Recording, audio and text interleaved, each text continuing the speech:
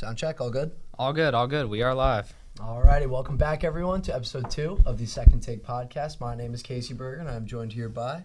I'm Alex. Nice to see you all again. We're looking forward to getting into another episode with you guys. Once again, we are the Second Take podcast, the podcast of the Sports Business Association. You can find us on Instagram at GWU SBA.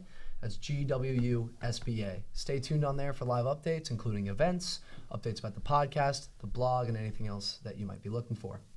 That being said, I would be ready to get right into it, Alex. Yeah, so last night we saw a pretty amazing match between the Lions and the Ravens, one Absolutely. that I felt very, very confident the Ravens were going to walk away with. And excluding what I'd classify as a classic Lamar stat pad touchdown at the end of the game, this game was really not close. And I know we talked last week about starting to have conversations about the Lions being serious contenders in this, stripped down coaching era. But what I saw, not only from the offense, but from the Lions defense, I mean, the Ravens were completely and utterly outcoached in this game. And when you have, a Harbaugh as your coach, that is inexcusable. And I think this not only raises serious concerns about the Ravens as a team, as one of the contenders to come out of the AFC, but it makes us seriously think about what the Lions are really capable of. So I'd be curious to hear some of your takeaways from this game. First of all, I think all the worries about the Lions that were sparking up after week 1, I think those can be shut down a bit. They have looked outstanding. Absolutely. The offense was a machine last night. It wasn't a lot of big plays. I know Monty had the big 72-yard run, but they were walking them down the field. They were doing whatever they wanted against that Ravens defense. And frankly, barring that game against the Browns, the Ravens defense has looked bad so far. It was supposed to be a top unit in the NFL, and they have been getting toyed around with. No, absolutely. And that's going to be a massive concern for them going forward. If this is how the defense is going to play, this Ravens team is not going to make a deep playoff run. And I'm not worried about their 1-2 start. Mm-hmm. I do still think that they might win this division. Yeah. I don't think the Steelers have the manpower. I don't think the Browns have the manpower.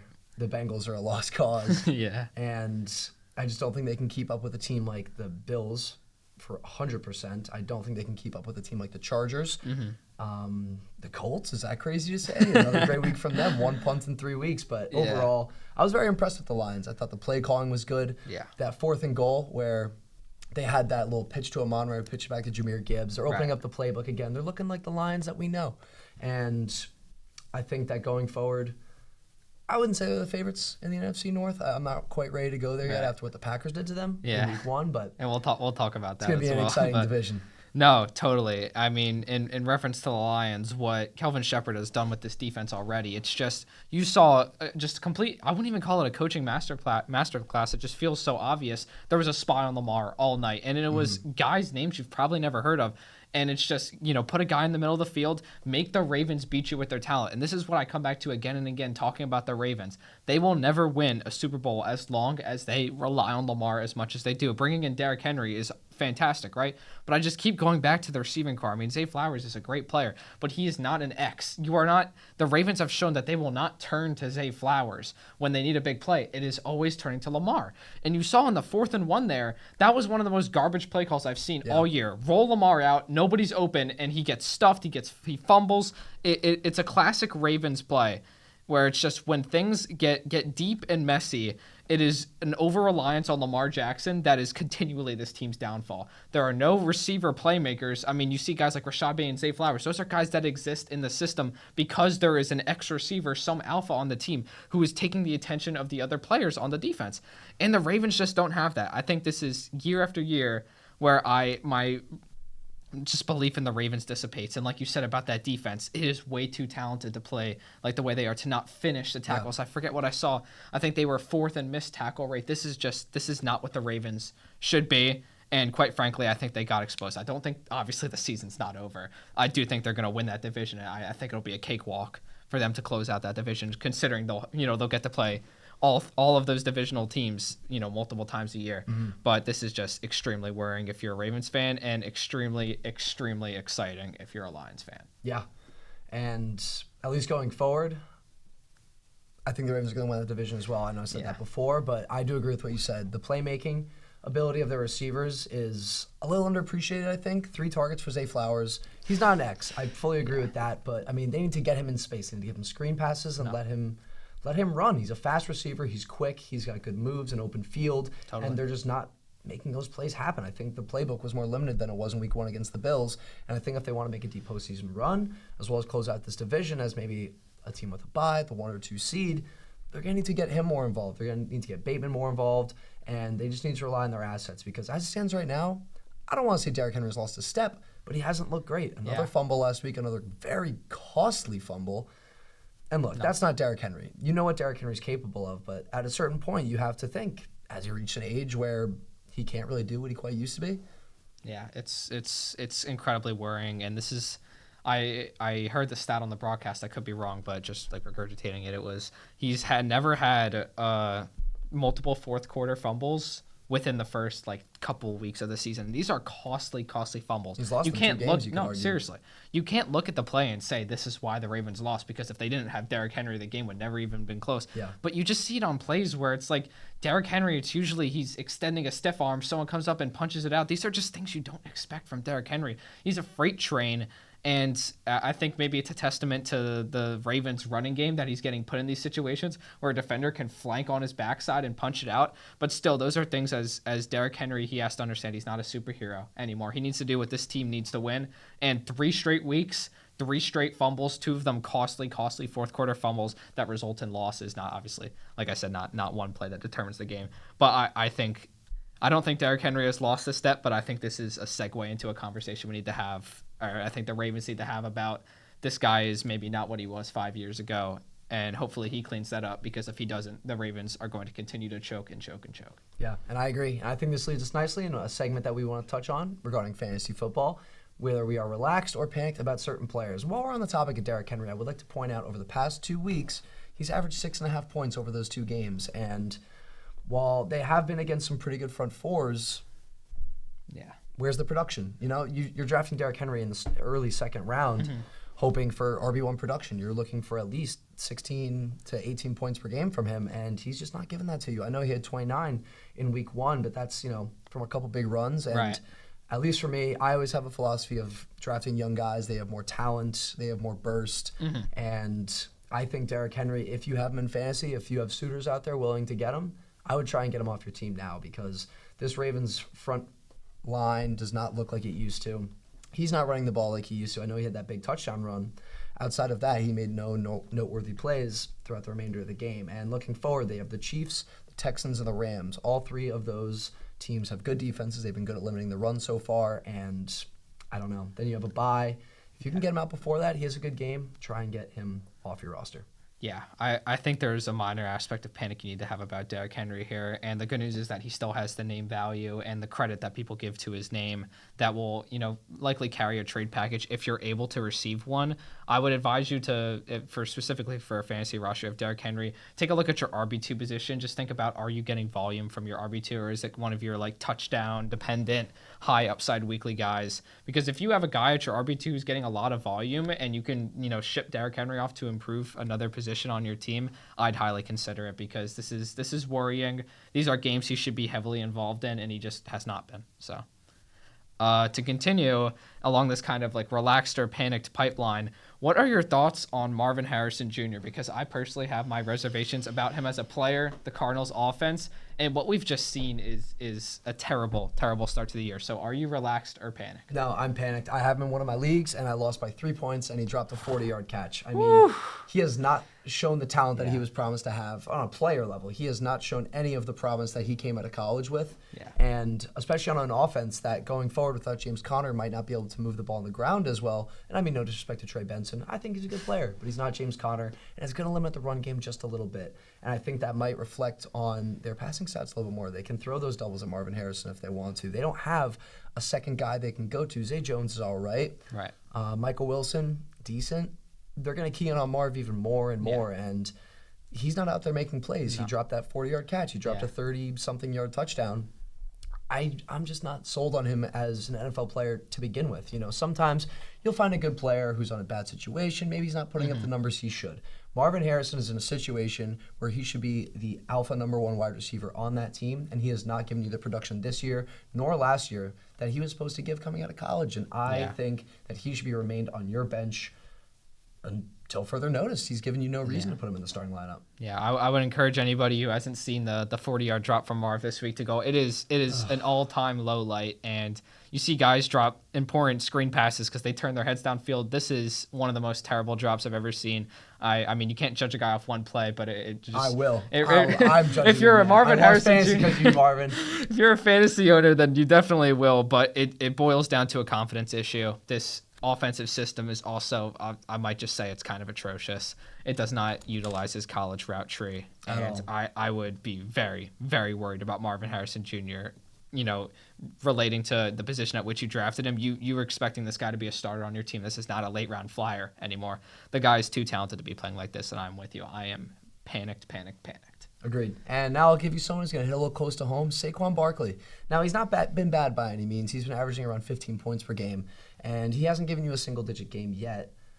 But where's the production from last year? I know that it's a little hard to reach that bar that he was at, that level, but on top of the Eagles' offense, not maybe looking the same. Of course, they put up 33 points this week. One was from the defense. Right. But what's going on with Saquon? Where's that production from last year? He hasn't had a game this year averaging over 4 yards per carry. What are your takeaways? Yeah, so a little context. I am an Eagles fan, and I have a weird stigma. I really try not to draft Eagles players. I don't want to really have underlying, motives while watching my favorite team play. This year, I drafted from the 5 spot, and I was forced to take Saquon, or it would have been a gross reach on another player that I didn't believe in. So I've been following along, and I kind of expected that we wouldn't get home runs every other game. I mean, the film is out on the Eagles. They will beat you passing, but Saquon Barkley is still the key playmaker on this offense, and I would encourage owners like myself and others to not have any panic at all. I think we saw this game specifically. There's concerns about the play calling. That's really what it is.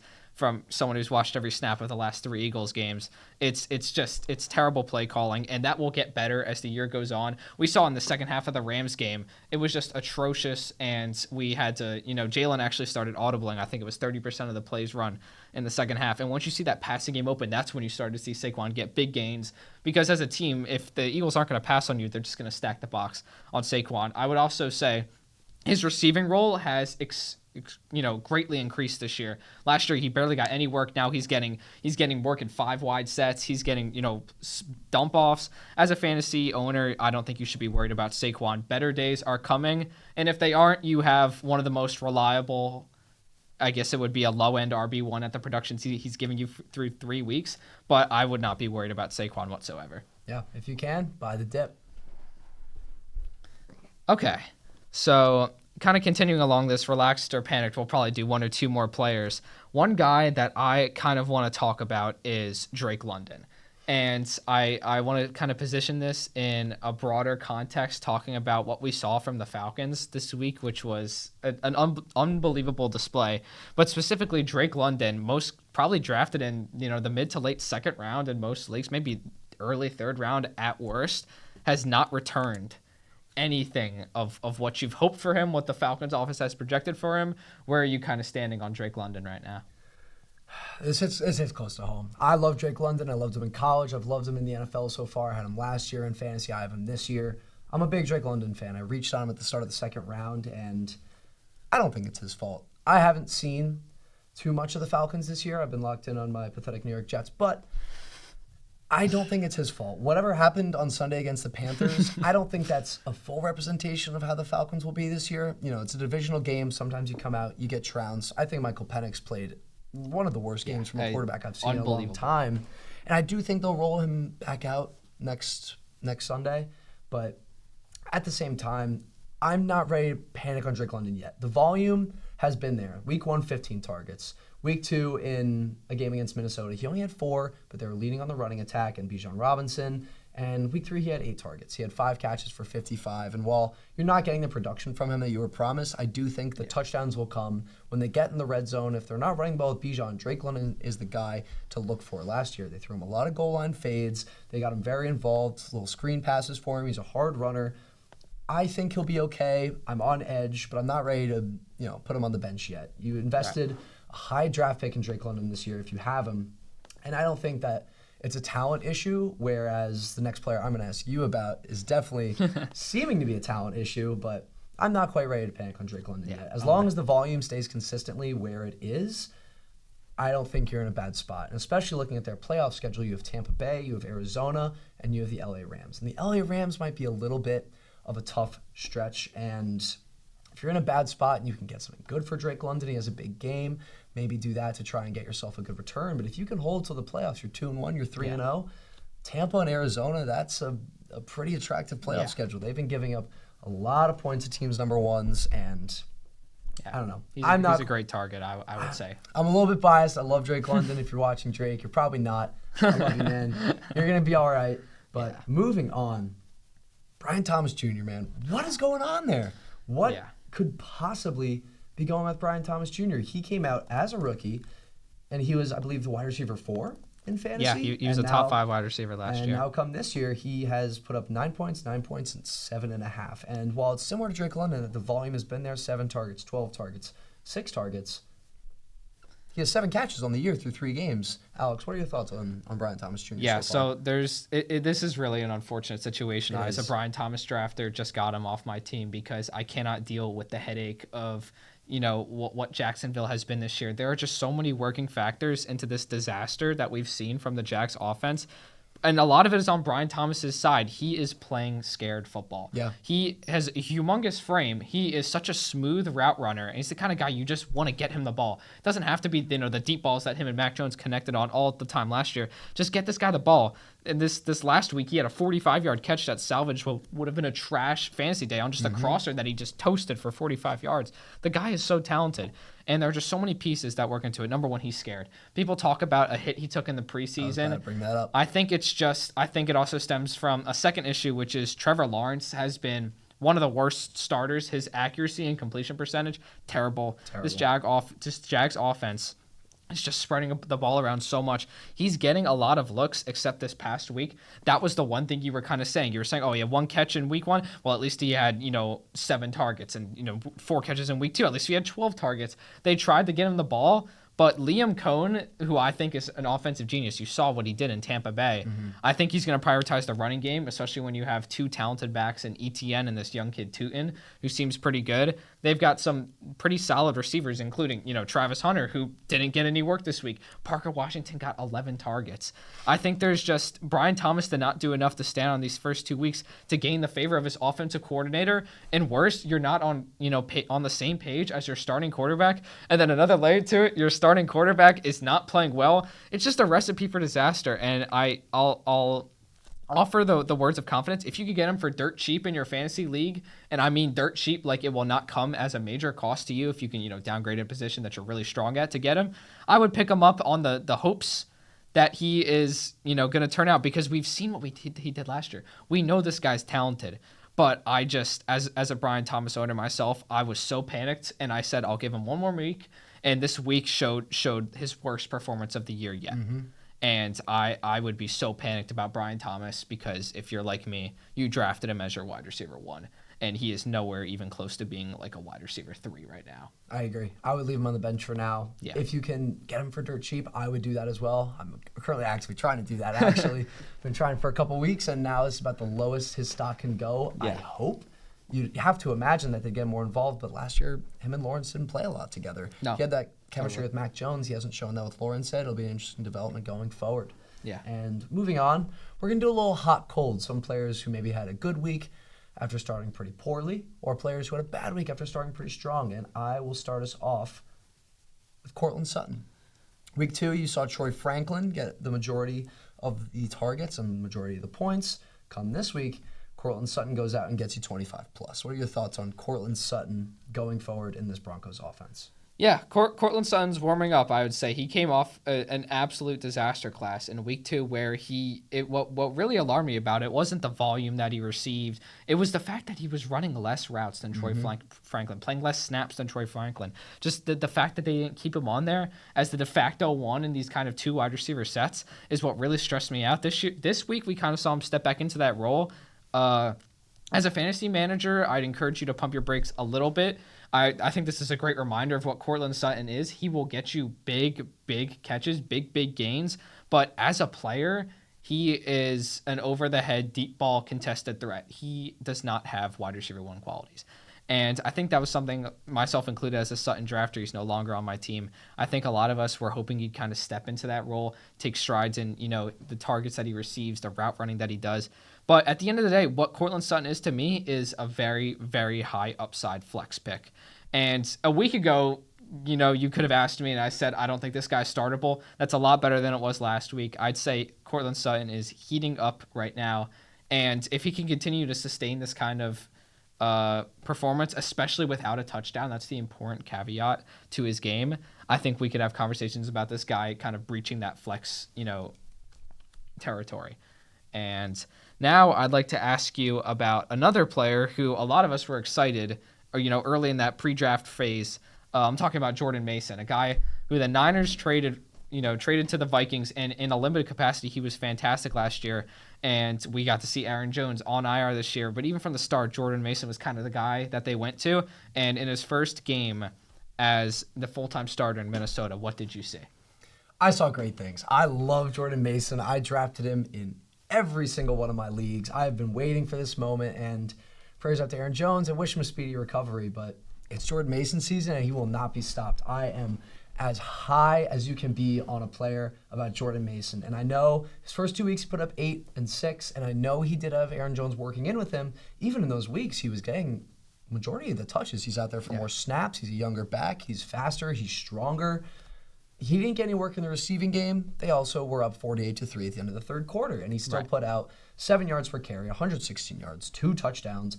I don't think the train stops here. Now, tread lightly. He has Pittsburgh and Cleveland coming up before his bye. Those are 2 tough matchups. Those are 2 good fronts. And while Pittsburgh hasn't looked the same on defense as they had previous years, Breece Hall kind of ran all over them. Right.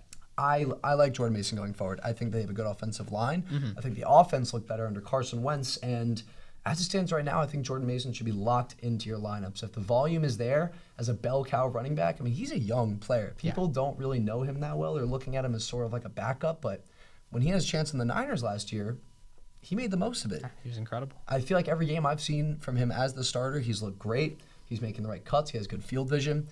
I want you to go get Jordan Mason. I want to see as many touches from him as possible. I love this guy. I think that you stay high on him. If the asking price is right, maybe ship him out because Aaron Jones will be coming back eventually. But as it stands right now, I love some Jordan Mason in my life. Absolutely. And I guess while we're on the topic, I would like to ask you about Zay Flowers. Now, this is also going to hit home a little bit. I'm also a big Zay Flowers guy. 3 targets when we talked about it before. Are you panicking?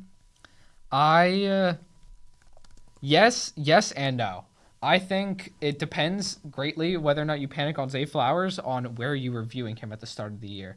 And, in football terms, the guy is fine, right? He is what the Ravens need him to be. He's a great guy in space, super talented with the ball in his hands. Not that, like we discussed, not the X that I feel like the Ravens should have. And I feel like if they went out and got a certified X, like outside receiver, that Zay Flowers would be even better than he is now.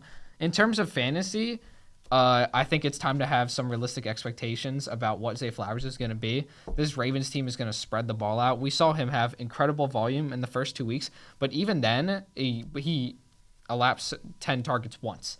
And this is kind of the same thing we've seen with Zay Flowers. He is a big play kind of guy. He is not going to garner a certain amount of targets, especially when the Lions are kind of dominating. The Ravens had so many chances to get on the field here, and you saw they kind of just turned towards Bateman. They spread it around to Mark Andrews and DeAndre Hopkins. There's just a lot of similar talent threats on this Ravens offense where I feel like we always knew Zay Flowers had this big playability, but I kind of had the feeling that this volume was not sustainable whatsoever. So in regards to fantasy, I wouldn't be panicked about Zay Flowers being startable the rest of the year. He's always going to be, a guy you could just throw in your flex. But I think we need to have conversations about this guy if this guy's a must-start player, which I'm not sure how many people drafted this guy. If you prioritize other positions earlier in your draft, maybe he's starting as your 2. But I get the feeling this is a flex for a lot of guys. And I wouldn't be too worried about exactly where Zay Flowers is right now. Just understand that the volume is not guaranteed. Yeah, I can echo that. As someone who's had Zay Flowers basically every year of his career, it's going to be week to week. He'll give you 24 one week, he'll give you 5 the next week. That's kind of just how the Ravens operate, right? There's never really an exact consistency with that offense regarding the receiving game, and it's a lot of game script, and I know that the Lions, were up for most of the game, and the Ravens were passing the ball.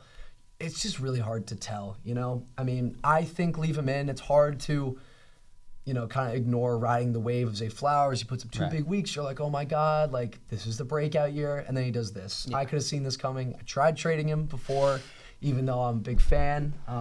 It's kind of just how it goes. It's a roller coaster. And if you have him, be ready for the ride, because it's like this every single year. And, it's a fun ride. It keeps you on edge. But, it's definitely good to temper expectations if you got a little bit too excited after those first 2 weeks. I definitely agree. I wouldn't quite say I'm ready to take him out of lineups. And I'd give him another run before. I'd give him another chance to disappoint you or prove you wrong before you consider playing other players over him. Yeah, and I know we've been kind of going back and forth, but I do really want to talk about Tyquan Thornton really quick. I know the Chiefs haven't looked very good on offense. I know they beat the Giants, but it's the Giants.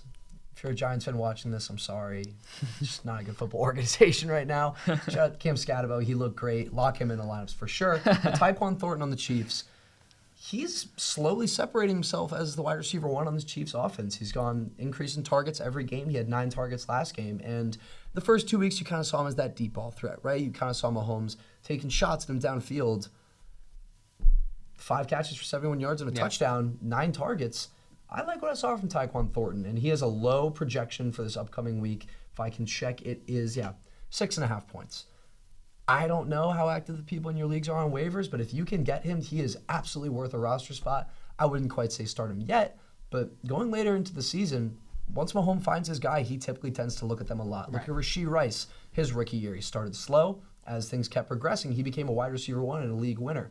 Xavier Worthy last year. It bled a little bit towards the end of the season where Mahomes really started finding him, and then in the playoffs, he exploded again. Yeah. Tyquan Thornton might be the same. And I know Xavier Worthy should be back at some point, but when Mahomes finds a guy on a team with a really big lack of playmakers as it stands, I could see him to continue to get a lot of looks. But I'm also curious what your thoughts are. Yeah, I really want to echo what you said about Mahomes is going to find his guys. And really, at the end of the day, it's not only that, but I also see it as the Chiefs have an offensive system that they're going to execute. And regardless of which players are in the game, they're going to execute their scheme, which is kind of funny in the first game without Rashee Rice. And we see Worthy go down. You see Marquise Brown kind of run these exact same kinds of routes, like exactly like everyone else, except he was much worse at it. And Marquise Brown has been disappointed, or Hollywood Brown, because that's not who he is as a player. Not at this stage in his career, not at any stage in his career has he been the kind of executor of this Kansas City Chiefs, dink and dunk style of offense. What the second layer to that is, if we're moving slowly down the field, you need guys who take the top off the defense. And in Xavier Worthy's absence, it has been Tyquan Thornton, and they've turned to him over and over again because I imagine they're just going down a list like, can this guy do it? Can this guy do it? And Tyquan Thornton is kind of stuck.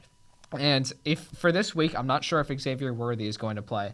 I would monitor that deeply, but if he doesn't, I think Tyquan Thornton is a very high upside start in your flex because the guy has shown that he can be the deep threat for Patrick Mahomes. Had a deep ball touchdown in the Eagles game, deep ball touchdown in the Giants game. Showed some really great chops and contested catch scenarios. I think you should monitor Xavier Worthy, how that injury goes, especially Rashee Rice. I think Tyquan Thornton is kind of playing a bit on borrowed time right now in terms of his fantasy relevance. But I think there's a very real world where as Travis Kelce kind of continues to phase out of this offense as he gets older and worse, that Tyquan Thornton becomes a relied upon option. And I think if you have an extra roster spot and maybe a need at flex, that could be a good pickup for you this week. Yeah, absolutely. And I think to finish things off, we talked a lot about football, specifically fantasy, but it's coming down to the wire in the MLB. The NL wildcard race is sadly heating up and tied. I'd love to hear. I'd love to hear your takes, or at least inform the fans and myself as well on where the NL wildcard race stands in regards to the 2 remaining teams being the Reds and the Mets battling out for that final spot.